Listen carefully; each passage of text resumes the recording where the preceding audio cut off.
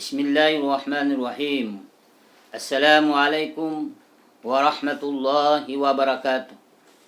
Alhamdulillah. Alhamdulillahirabbil alamin. Wa bihi nasta'in wa ala umurid dunya waddin. Wassalatu wassalamu ala Rasulillah wa ala alihi wa ashabihi ajma'in. Rekan-rekan saga yang dimuliakan Allah Subhanahu wa taala. Alhamdulillah, ucapan rasa syukur kita tak henti-hentinya kita panjatkan kehadirat Allah Subhanahu wa taala di masa pandemik COVID-19 yang hari ini kita semua mengalami kegelisahan. Kita memohon kepada Allah Subhanahu wa taala, mudah-mudahan pandemik segera berlalu. Wabah tersebut insyaallah Allah akan mengangkatnya, Allah akan menghilangkan wabah ini di muka bumi ini. Salawat kepada baginda Rasulullah SAW adalah wujud kecintaan kita kepada beliau. Mudah-mudahan kita semua insyaallah di yaumul qiyamah mendapatkan syafaatnya. Allahumma amin. Tidak berapa lama lagi kita akan merayakan Idul Adha, Idul Kurban. Maka kita melihat di balik perayaan Idul Adha atau Idul Kurban, ada sosok manusia yang diagungkan oleh Allah Subhanahu wa taala, yang senantiasa melaksanakan perintah secara tulus, secara ikhlas untuk mengharapkan ridha Allah Subhanahu wa taala. Maka menjadi rujukan kita hari ini agar supaya kita menjadi keluarga, menjadi orang yang senantiasa memberikan panutan. Siapakah dia? Dia adalah Nabiullah Ibrahim alaihissalam. Beliau sebagai Abul Anbiya, bapaknya para nabi. Dia memiliki anak, memiliki istri. Dan semuanya ia bina dengan tuntunan Allah Subhanahu wa taala. Tidak ada ketaatan, hanya ketaatan kepada Allah Subhanahu wa taala. Inilah yang dilakukan oleh Nabi Ibrahim alaihissalam. Ketika Nabi Ibrahim alaihissalam mendapat mimpi, dan mimpi itu dikejutkan dan sulit untuk diterima, tapi dengan ketaatan kepada Allah dia melaksanakan perintah itu. Apa perintah itu? Allah Subhanahu wa taala menjelaskan di dalam surat Asy-Syaffat, itu ayat 102. Allah Subhanahu wa taala berfirman, "Falamma balaga ma'u sa'ya, qala ya bunayya inni ara fil manami anni asbauka fansur ma tara. Qala ya abatif al ma tu'mar satajiduni insyaallah minas sabirin." Ayat ini memberikan gambaran bahwa dituntut komitmen Nabi Ibrahim alaihissalam terhadap keimanannya kepada Allah Subhanahu wa taala. Maka semakin tinggi keimanan seorang, maka makin tinggi ujian yang diberikan. Untuk apa? Allah mau melihat sejauh mana ketaatan ketika diberikan ujian. Banyak orang yang lolos, banyak orang yang menjalani, diuji dengan kekayaan, ia banyak bersyukur. Tapi ketika diuji dengan musibah, ini kayaknya sulit untuk diterima. Dan banyak orang yang tidak sabar untuk menerima ujian, bahkan mengeluh, bahkan menyalahkan juga Allah. Kenapa ujian ini ditimpakan kepadanya? Tetapi berbeda dengan Nabi Ibrahim, sosok manusia yang diagungkan oleh Allah, yang dicintai oleh Allah. Maka pantaslah ketika gelar ini disandang oleh Nabi Ibrahim, Habibullah, kekasih Allah Subhanahu wa taala. Ketika julukan gelar Habibullah, kekasih Allah, maka orang tersebut menjadi orang yang senantiasa sorotan, menjadi panutan. Pada hari ini kita belajar bagaimana keluarga Nabi Ibrahim alaihissalam, pada anaknya, istrinya. Ketika kita melihat keluarga Nabi Ibrahim, semuanya menjadi ketaatan, menjadi ukuran ketaatan kepada Allah Subhanahu wa taala. Dan hari ini kita belajar dari sejarah Nabi Ibrahim alaihissalam.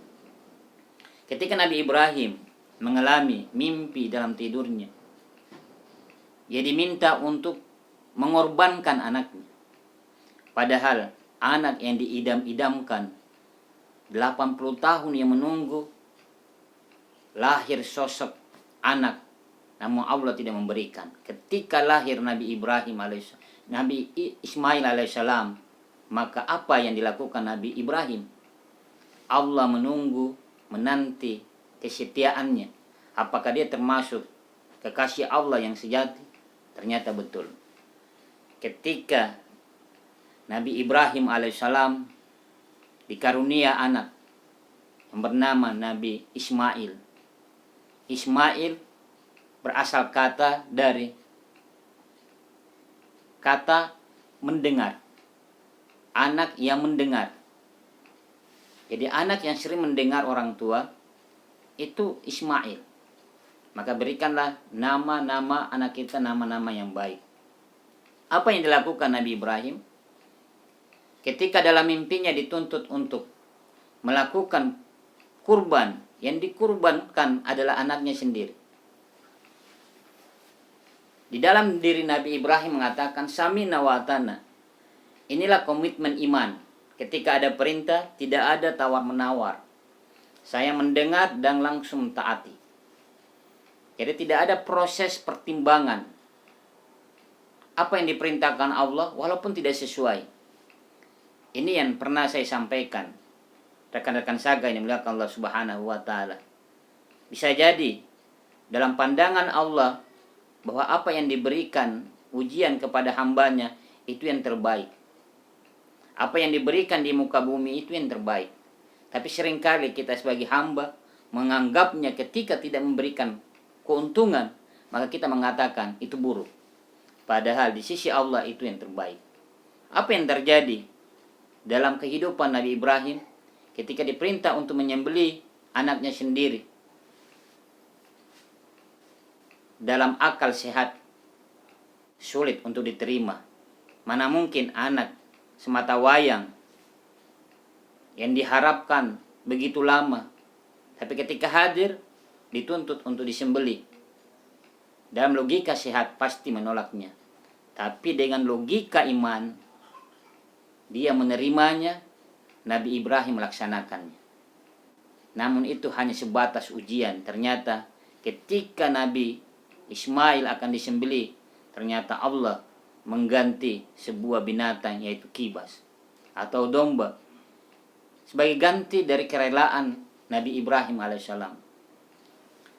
Sehingga apa yang dilakukan oleh Ismail ketika ternyata dia bangun, ternyata lehernya masih utuh, maka Nabi Ismail berteriak dan bertakbir, Allahu Akbar, Allahu Akbar, Allahu Akbar, la ilaha illallah, Allahu Akbar.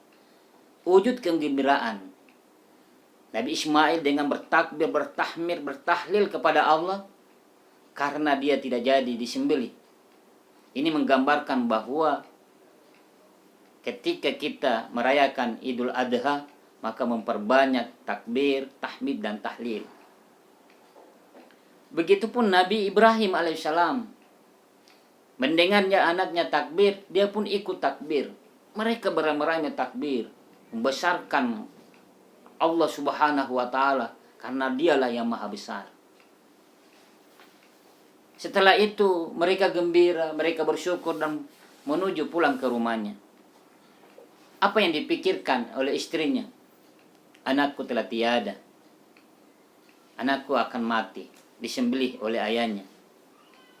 Maka di perjalanan ia mendengarkan suara Nabi Ibrahim dan suara Nabi Ismail. Maka di jarak yang jauh dia melihat dengan begitu gembira maka istrinya pun bertakbir, Allahu Akbar, Allahu Akbar, Allahu Akbar, la ilaha illallah, Allahu Akbar.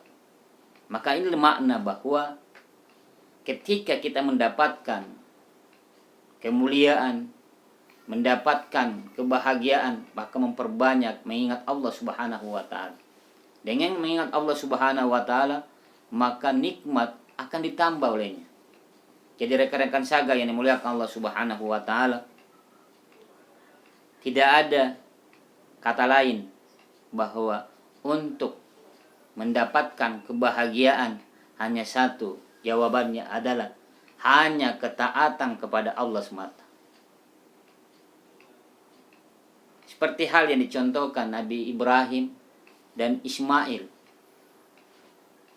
seorang bapak yang melaksanakan perintah Allah dengan rela, begitupun anaknya juga melaksanakan dengan perintah, dengan keikhlasan, maka Allah mengganti kebahagiaan yang sangat luar biasa. Nah, inilah rekan-rekan saga yang dimuliakan Allah Subhanahu wa taala. Maka jangan menunda sesuatu yang diperintahkan Allah, maka segera lakukan. Karena di situ ada hikmah terbesar. Maka pada hari ini kita belajar hikmah yang dilakukan oleh Nabi Ibrahim alaihissalam dan Ismail ketika menjalankan perintah Allah Subhanahu wa taala. Mudah-mudahan kita menjadi orang tua seperti Nabi Ibrahim alaihissalam, dan juga anak-anak kita, anak-anak Ismail kita, menjadi ukuran kita di akhir zaman nanti, di akhir ini, dan insya Allah akan di akhir zaman juga kita akan mendapatkan kemuliaan dari Allah Subhanahu wa taala.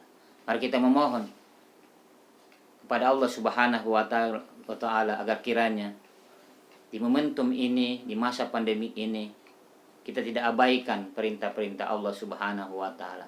Walaupun pemerintah menganjurkan kita memperbanyak ibadah di rumah, maka tidak ada salahnya kita beribadah di rumah. Karena kegiatan-kegiatan masjid kita bisa lakukan di rumah. Mengaji, berzikir, bersolat jamaah, dan seterusnya dan seterusnya.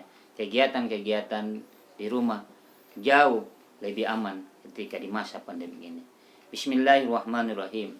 Alhamdulillahirabbil alamin. Allahumma shalli wa sallim ala sayyidina Muhammadin wa ala alihi wa ashabihi ajmain. Rabbana taqabbal du'ana innaka antas samiul alim wa tub alaina innaka antat tawwabur rahim. Rabbana atina fid dunya hasanah wa fil akhirati hasanah wa qina adzabannar. Wa akhir dahwana alhamdulillahirabbil alamin. Akhir kalam minallahil musta'an wa la tiklan. Assalamualaikum warahmatullahi wabarakatuh.